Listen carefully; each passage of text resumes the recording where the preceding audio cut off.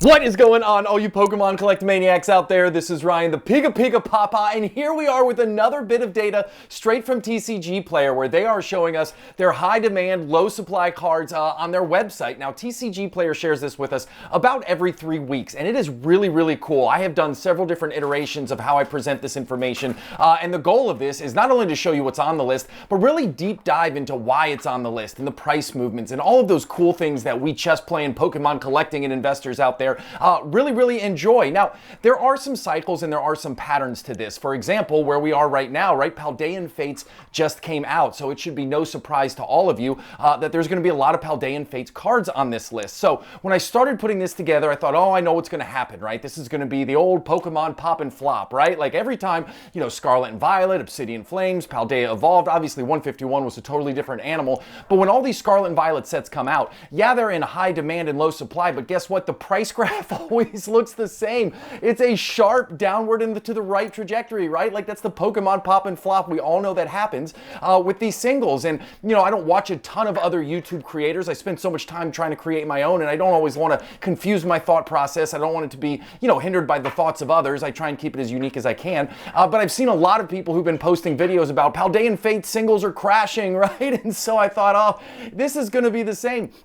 But it was amazing to me when I actually looked at these price graphs, like they don't look bad. Like, of course there are some cards that are going down, like none of them are always going to be up, but there is some real surprising strength here in these singles cards for a set that just came out. As a matter of fact, outside of Pokemon 151, one could argue that this is the strongest start to a set we've had in the Scarlet and Violet era. So I started to think about, you know, why that might be. And, you know, it's a specialty set, obviously. It's got shiny Pokemon in it. Shiny sets, with the exception of Shining Fates, you know, have traditionally done really well, you know, and Shining Fates was a set that came out in the middle of the pandemic pump, so they just absolutely printed it into oblivion. You know, it's also a huge set, right? Like if you want to complete a master set, I think it takes like 2,000 packs to complete that master set. I mean, there's 250 something cards in it. Like, it is one of the biggest sets out there. So, you know, there's some complexities with that when you're going after singles. I know, you know, a lot of people are saying the pull rates are really good, which is encouraging. I absolutely love that. But if you want to get all of the cards, you know, with the 250 something plus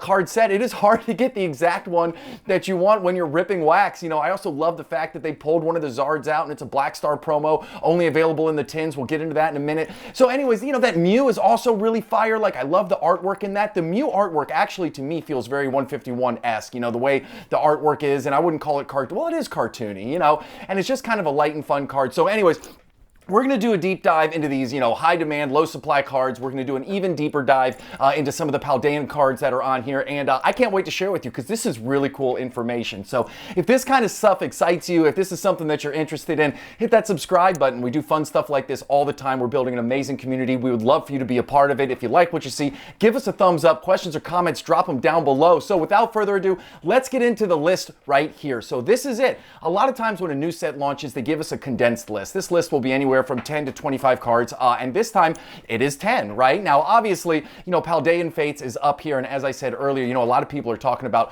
the prices are crashing, but when I pulled the data, like, it's just not the case. Now, this list did come out on January 31st, and now we are a week past that, right? Like, today as I shoot this is February 8th, so I thought this will be really interesting. You see the prices there. It's going to be interesting to see how the prices have moved since this came out, and one of the things that did surprise me is you don't see the Charmander shiny on here. You don't see the Pikachu shiny on here, right? Like, you got the Charizard EX, which no surprise there. You got the Mew EX on there, right? Like, the Iono's on there. None of that really surprised me. But I was interested that we didn't have some of these other shinies on there. Matter of fact, the only shiny on there is Pidgey, which we'll look at in a second.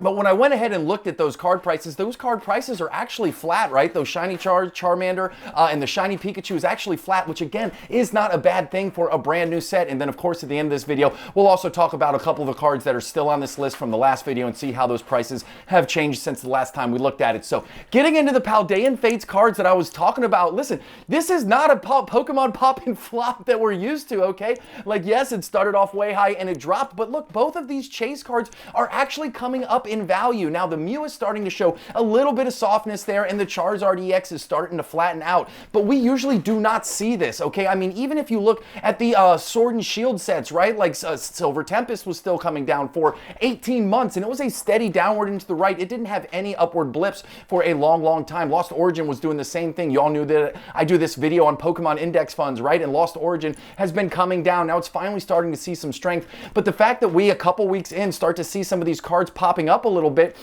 that is exciting. And you know what else that Mew really reminds me of? Kind of reminds me of the way the Magikarp from Paldea Evolved is performing, right? Like, it's not the big chase card, it's the number 2 chase card, but it just shows a lot of collector love. And it's just another example of why this Pokemon hobby is so amazing, because the amazing artwork on this can propel this card to some really strong price points and some really strong collector interest. Hence why it's on the high demand, low supply video that we're looking at today. So again, really encouraging to see these cards. Yes, they go through the initial flop, but they pop right back up and they're showing some strength. Like, remember on that first slide, that Charizard was in the $172 range. Now it's at $188.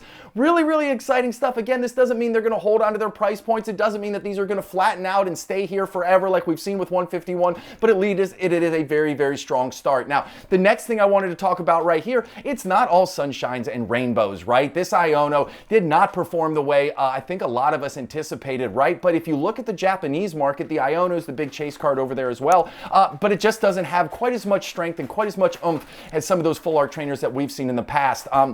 I will say this, I think that one of the challenges this card faces is that Paldean Evolved Iono card, the artwork is just fire, right? Like, it is just an absolute stunner of a card, so I think a lot of people still prefer that over this one. Not saying that this one isn't great, but for me, I at least prefer the other one. Now, look at the Pidgey right here. The Pidgey has gone up in value. It's starting to creep its way back down a little bit, but again, no Pokemon pop and flop there. Right now, we just have the pop, and as I said earlier, a lot of these shiny cards are flat coming out. Remember, it's a big set. In order to get the exact shiny that you want, you're going to have to rip a ton of packs. So what does that mean? You're either going to rip a ton of packs, which maybe you'll get the card that you want, or you're going to have to buy it on the secondary market. And when you're in a situation like that, that's when you see these cards start to have some relatively strong price appreciation. So really excited to see these two cards. And again, it's not always going to be sunshine and rainbows, especially with a new set. We anticipate card prices to come down, and that is certainly what we're seeing with the Iono right there. Now, getting into some of the sealed product right here, you guys know how much I love Pokemon Center Elite Trainer boxes,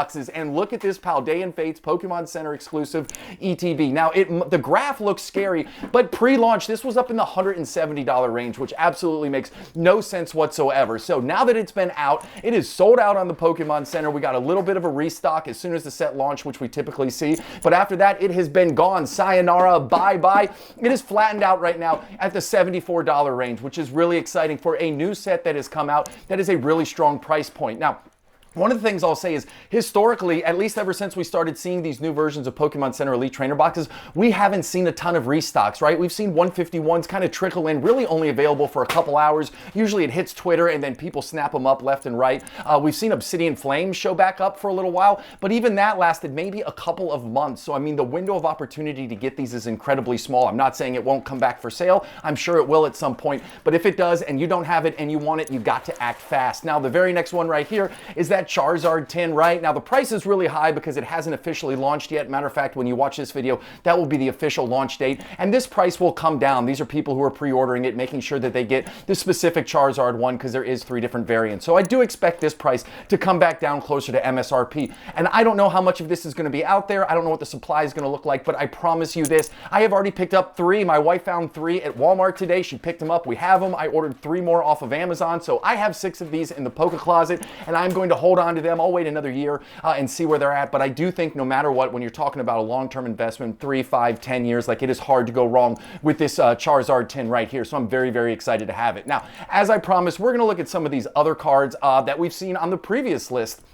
I have usually said that this high demand, low supply video is a selling tool for me.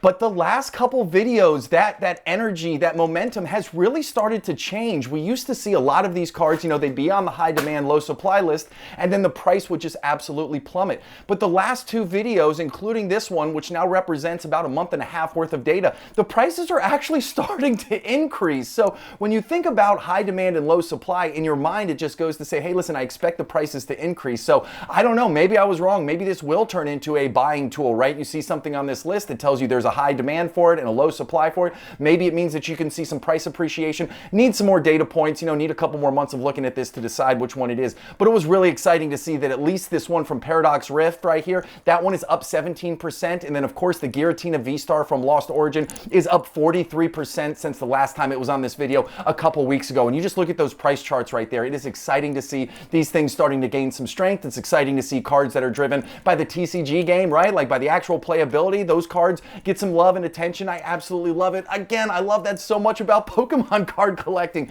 You have the collectors and investors like myself. You have the people who love the game. Just an amazing hobby, an amazing spot to be in for all of us. So listen, hey, I think this list is really impactful. I love bringing it to you every couple weeks. And if you enjoy content just like this, hit that subscribe button. If you have questions or comments, drop them down below. If you like what you see, give us a thumbs up. And listen, I appreciate you more than you know. Thank you so much for watching. I hope you have an epic one, and I'll talk to you soon. Thanks, everybody. Bye.